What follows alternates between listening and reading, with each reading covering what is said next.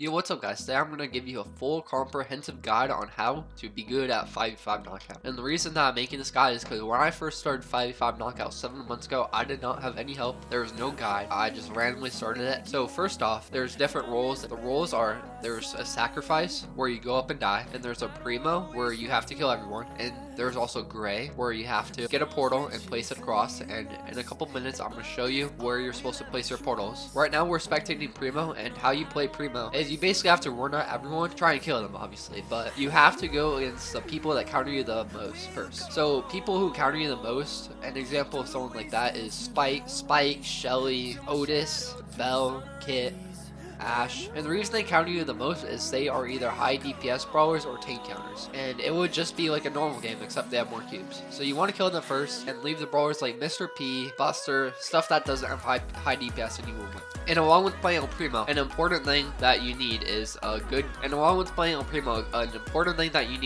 gray that can place the portal. The reason that you need a gray is so that way it's harder to die because you have a constant source of healing. Because if you're against 5 other people, they're always going to be shooting you and you're going to have no source of healing. And also, if you're above 10 win streak, basically what happens is that you'll go against other primo comp and they will have a gray. And if you do not have a gray, you will lose because you either go and heal off or they will just have more health than you because of the portal. So an important tip and trick for you guys to know with El Primo is that if you have shield, you will survive an extra tick in the storm. And that's important because if you're a good primo, a lot of the times it will go to heal off except for certain maps. And another important thing to note is that you always need to conserve your hypercharge, because if you didn't know this, if you have a hypercharge, you will survive an extra tick in the storm while the other primo won't. It's always important to play heal off because that's what most of the games go to. For example, in this map, I'm about to pop it up on the screen and I'm going to show you how to play the map. For example, in this map, it's super far apart. The only thing that separates them is the gray portal. So if anyone tries to push you, take the gray portal away.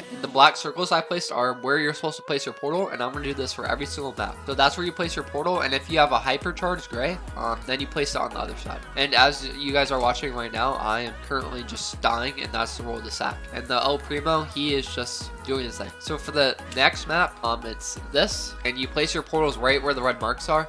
It's important that you place it right, because otherwise other primo team will have an advantage over you because they have better positioning. Basically, that's how you do that map. And also, I'm going to point it out for you guys when you do not necessarily need a gray. A lot of the times it's really important to have a gray, but for that map I just showed you, you do not really need a gray because of how close it is, and there's no spots for heal off because that map will never go to heal off. So for this next map, you place it right there. That's the map we are playing right now. You can place it across, it doesn't really matter, but I would place it right there. That's the most optimal spot. And also, this is another map where you don't necessarily need a gray, because gray and El Primos are the hardest things to find if you're looking for a team. So what I would do is I would either look in the comments or I would look on the Brawl Stars looking for group page. That's the easiest way. What I used to do is I used to go on 2 accounts and just sacrifice on one and then use El Primo on the other. But my iPad broke, so I can't really do that anymore, so it's really hard to find teams basically. So for this next map is another map that you need a gray for. The black spot is where you put the gray portal, and the red spot is where you put the hypercharged gray portal. And it's really important to have a portal there because it's another map that goes heal offs. So now I'm going to mention to you guys the best comp. The best comp is probably Otis, Kit, Primo, Gray. Primo, you obviously need to kill everyone, and Hank. If you guys did not know, Hank is better than El Primo. But the reason why it's not necessarily needed is because most people do not use metacomps. They just use a sacrifice and primos, obviously.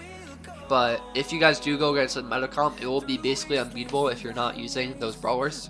And the reason that Kit and Otis is good is because Kit could jump on someone and Otis will stun and kill them. Otis is probably one of the other only brawlers that could counter El Primo. Blue can also because of the fact that he just freezes them. And another important really good brawler is Bell. And the reason I think Bell is good is because it will permanently mark El Primo. And basically if Primo has that mark on the enemy team, it will not be winnable for them. So you will just have such an advantage. And another good brawler is Ash if you don't have El Primo leveled up, which you probably do. But in case you get bored, Ash is good. It's just as good as El Primo. But the only thing is El Primo is going to win in a 1v1 if you're against an Ash. But Ash is a lot of fun. I would recommend trying all the good brawlers. Hank, El Primo are substitutable. Draco is also somewhat good. And Cordelius is also another good brawler because it counters El Primo, but it doesn't counter Hank. So Cordelius isn't really Hank is just so good because of the new update. The hypercharge and the super is just constant healing, and it's mainly because the tank tree is why Hank is so good right now. Since the hypercharge got nerfed, he's not as good anymore. So basically that's how you play 5v5 knockout. And another important thing to note is that if you have like 80k trophies plus, this isn't applicable for most of you.